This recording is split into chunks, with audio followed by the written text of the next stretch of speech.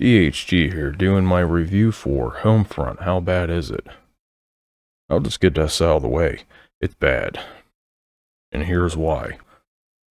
For the pluses, it's got a great opening. That you can be thankful for, but it's kind of misleading because it doesn't really go anywhere from there. But it does have a really good opening with this faux news coverage that you see going on right there into actual gameplay cutscenes. They did a really good job with that. It really made me hopeful for the rest of the game. The controls are good. Sometimes when you get into these older shooters, you don't really know if the controls are going to be a little bit wonky or not, but here they're pretty solid. And when I mean the controls, I basically mean the thumbstick controls. Dead zones, stuff like that. It feels pretty natural. Thumbstick sensitivity is good. I already addressed that. Yeah, it feels natural. It's easy to pick up and play. The graphics are decent / okay. Some areas look good, some areas not so good. Like I noticed when you throw a grenade, there's sparks and stuff laying on the ground. I thought that was pretty cool, but other areas don't look that good at all. The Goliath is cool. The Goliath it's kind of like your version of a tank, the gorilla version. You can control it via remote control somewhat. It's sort of autonomous, but you can tell it what to hit. Let me move forward a little bit here. Okay, here's where you get the Goliath. You can see it right there. It's kind of like a makeshift tank. It's got a bunch of different weapons on it. Like I said, you can't control it. It goes where it wants to, but you can tell it what to target, which you're doing right there. So that's pretty cool. Grenades are strong. You know me. I like any game that gives you a bunch of strong grenades. Strong grenades are awesome. Except for when they're being thrown at you, and I'll get into that later. Things that are neither here nor there. Gunplay works, but the hits are iffy. That is true. Sometimes you'll get hits and you'll be like, alright, didn't really know that connected. Because the hitboxes are somewhat large in some areas and are smaller in others. Where the hitboxes really become a pain in the ass is when you're being targeted. Because you'll be behind cover, or so you think, and you'll get smacked with bullets. Story is barely existent. Well, like I said, it starts off cool, but it doesn't really do anything from there.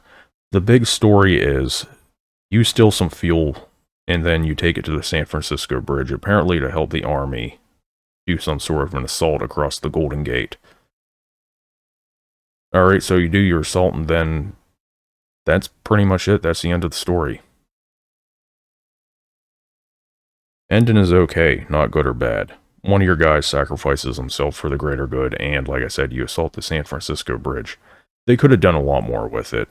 I mean, they could have showed what happened after you assault the bridge, sort of Fallout New Vegas style, where they tell you what happens with each character or whatever, or at least just give you a glimpse into the future, but they don't. They just stop it right there. It's horrible. They had so much going for it, and then they just dropped it. The sound of gunfire and the war noises. There's a cacophony of gunshots per your usual first-person shooter shit.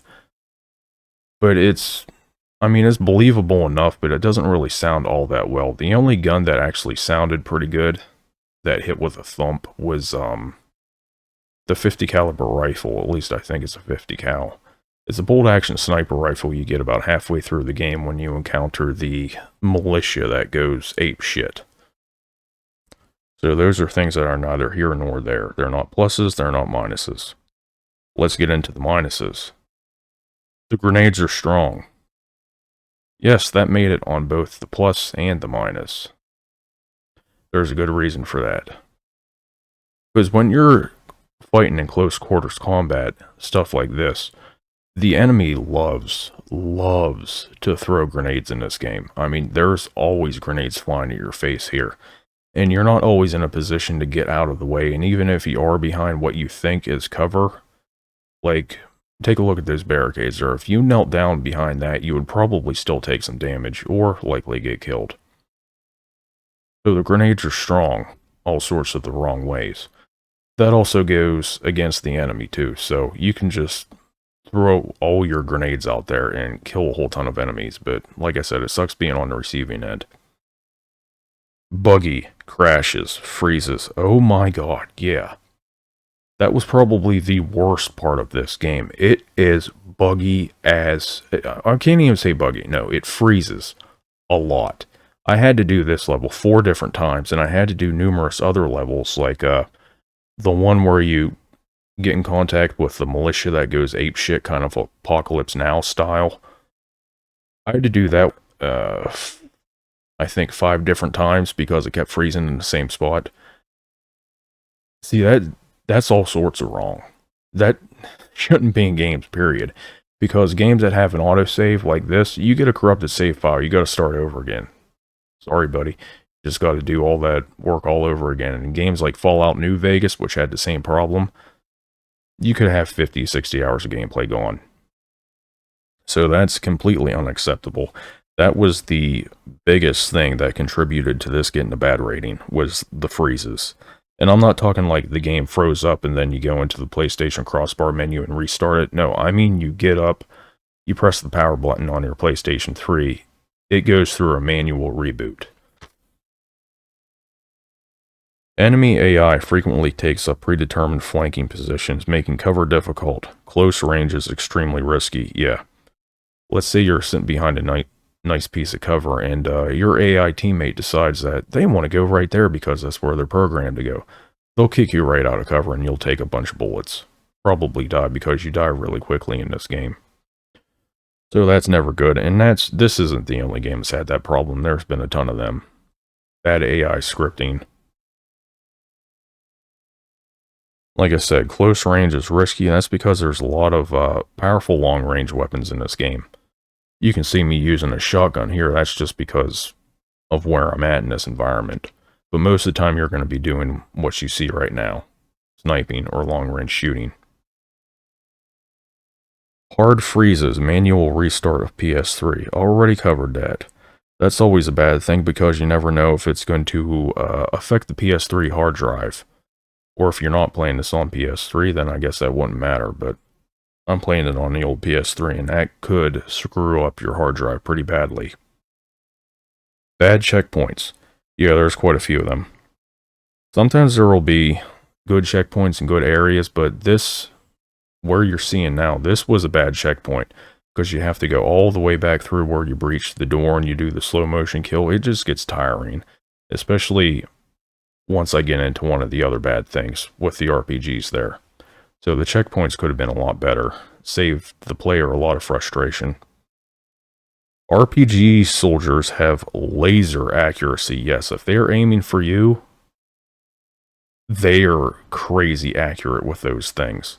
Especially in a previous level where you bust out and you have very few spots for cover, 2 or 3 RPG troopers spawn immediately and just start raining down on you, and they will headshot you from 100 meters away. It's ridiculous how good they are with those. AI teammates constantly push you out of cover and get in your way. I already covered them pushing you out of cover, but getting in your way, yeah, they do that too. You shoot them in the back of the head while aiming at an enemy, and, you know, it doesn't do anything. Your enemy's not going to be harmed in any way. The Goliath designator is frustrating. Let me skip to a part that has some footage of that. Okay, so here we're going to be targeting one of the North Korean tanks with a laser designator. Yeah, you can see that it's not very good, not very consistent. They don't really let you know if it's progressing or if the designator is going to shoot sometimes. Sometimes you can sit there like right there as it's being shown, target it forever and it never gets a lock. Other times you can pull it up, designate a target immediately, and the Goliath will just start shooting rockets at it. It's very inconsistent, it's very frustrating, especially earlier in the game when you're getting shot at from every angle and you've got the RPG troopers everywhere. It really becomes a pain in the ass. So with all those things included, Homefront gets a bad score. It's a bad game.